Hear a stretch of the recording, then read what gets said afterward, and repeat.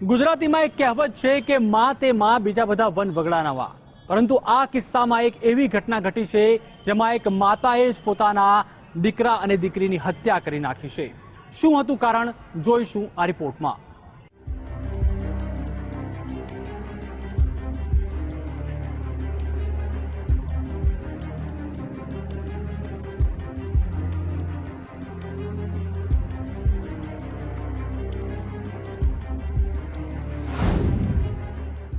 જ્યાં સુધી માં જીવતી હોય ત્યાં સુધી તેના બાળકોને ઊની આંચ પણ નથી આવવા દેતી, પરંતુ આ ઘોર કળિયુગ છે સાહેબ। કળિયુગમાં ગમે તે થઈ શકે છે।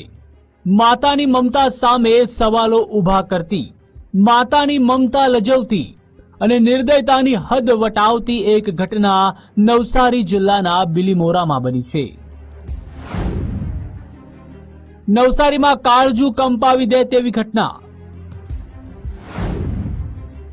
અંધશ્રદ્ધામાં અંધ બની જનતાએ લજવી મમતા। બે દીકરાની માતાએ ગળું દબાવી કરી હત્યા।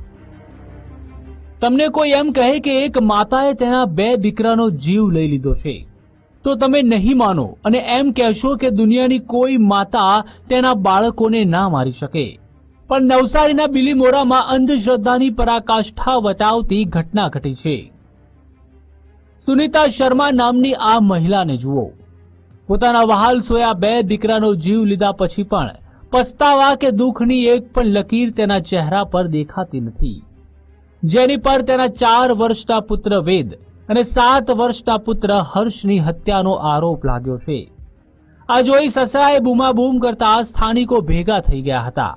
ત્યારબાદ પોલીસને જાણ કરવામાં આવતા ઘરે આવેલી પોલીસે સુનીતાની ધરપકડ કરી છે।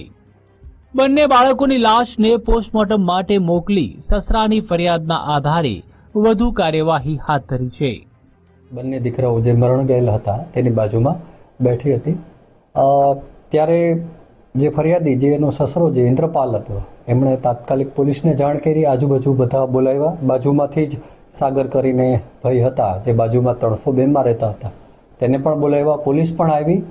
પોલીસે આવી અને આ ઘરનો દરવાજો ધક્કા મારી તોડી અને પછી અંદર ગયા।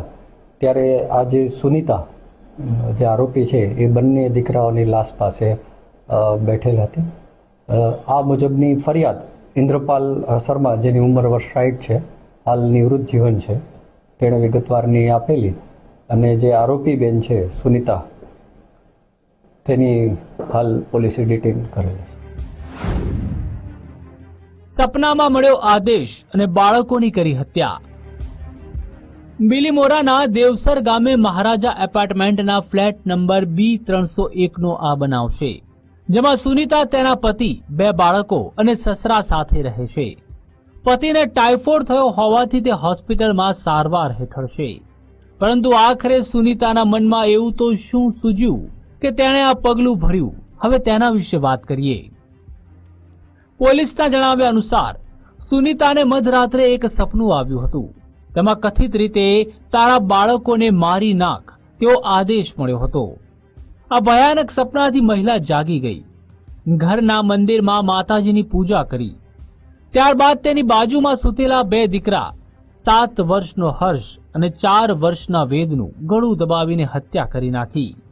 આટલેથી સુનીતા અટકી નહીં, નિંદ્રાધીન સસરાને પણ મારી નાખવાનો પ્રયાસ કર્યો। સસરા સમય સૂચકતા વાપરી ભાગી છૂટ્યા હતા। ઘર બહાર નીકળી બૂમાબૂમ કરતા લોકો એકત્રિત થઈ જતા સુનીતાએ અંદરથી ઘર બંધ કરી દીધું। એ પછી પોલીસે દરવાજાનો નકુચો તોડી અંદર ઘૂસી અને જોયું તો બંને માસૂમ મૃત હાલતમાં પડ્યા હતા। સુનીતા ગળે ફાંસો લગાવવા જઈ રહી હતી। પોલીસે તેને સમજાવી પોલીસ સ્ટેશન લઈ ગયા। ત્યારબાદ ગુનો નોંધી તેની વિરુદ્ધ વધુ કાર્યવાહી હાથ ધરી છે। आदर्श में टाइफाइड है, आदर्श में टाइफाइड, उसको टाइफाइड हो गया था। आदर्श में भर्ती दाखिल। फिर वहाँ से हम 8:30 बजे 9 बजे वहाँ से निकला, 9 बजे यहाँ आ गए। बहू देखा, अंदर देखा नहीं, दरवाजा नहीं खोला, लेकिन समझा बहू अंदर है, लड़के अंदर थे। मैं इधर सो गया तो सोया नहीं, जगता ही आती थी मुझे। तो फिर देखा कि तो अब बहु उधर से आए वैसे उधर खटिया तो मैं करी थे, मेरे को मारने का चालू से मार डालूंगे काट डालूंगे ऐसा करके ये बोलते तो इतना गिलास से मारा है तो वही गिरा। એની રાત્રે અચાનક જ એક માતાજીનો ફોટો રાખી ત્યાં કંકુ કેરી પૂજા કરી અને પછી પિતૃના મોક્ષ માટે થઈ અને એની જે પૂછપરછ દરમિયાન જે જાણવા મળ્યું છે તે મુજબ તેણે